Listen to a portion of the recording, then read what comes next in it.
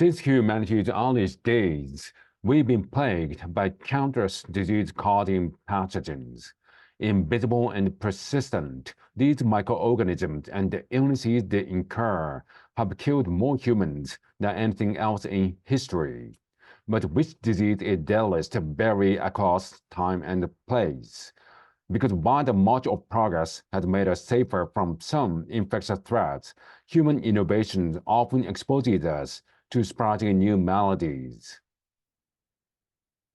Our tour of history's deadliest diseases begins when humans lived in small hunter-gatherer communities. The illnesses these pre-agricultural nomads encountered most likely came from the various animals they ate and the soil and water they interacted with. There are no written records to help us identify these diseases. However, some illnesses leave distinct growths or lesions on the skeleton, allowing bioarchaeologists to diagnose ancient remains. And researchers have found that bones from the era suggest the presence of tuberculosis and triple pneumo infections.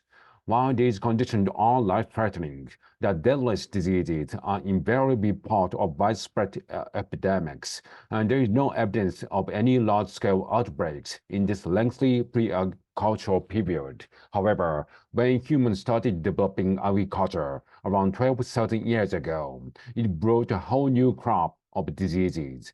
Early farmers knew little about waste and water management, setting the stage for diarrheal diseases like dysentery. Much worse, proliferation of new fields. Much worse, proliferation of open fields and irrigation created standing pools of water, which brought mosquitoes and in turn malaria, one of the history's oldest and deadliest diseases.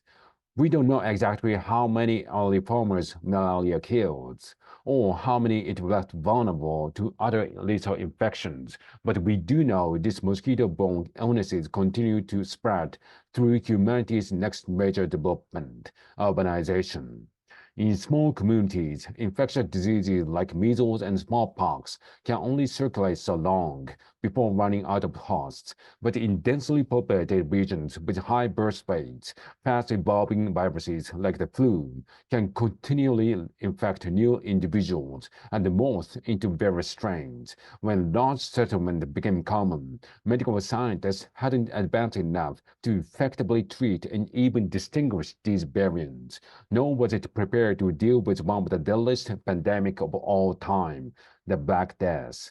From the 3030s to 3050s, the bubonic plague swept Asia, Africa, and Europe, reducing the global population from 475 million to roughly 350 million. Like most Afro-Eurasian diseases, the plague didn't cross Atlantic until Europeans did in the late 1400s, but the height of the plague in Europe, Asia, and North Africa, infections was almost guaranteed, and the plague's fatality rate ranged from 30 to 75%. However, the illness wasn't equally distributed among the population. Many wealthy lords and landowners were able to stay safe by hiding away in their spacious homes. As medical knowledge became more robust, this kind of class disparity began reflecting who had access to medical care. The divide became particularly apparent during the reign of our next deadly disease. And the divide became particularly apparent during the reign of our next deadly disease. By the beginning of the 19th century, tuberculosis was already one of the most common causes of death in Europe and the Americas, but Industrial Revolution led to working and living conditions that were overcrowded and poorly ventilated, turning TB into an epidemic that killed a quarter of Europe's adult population.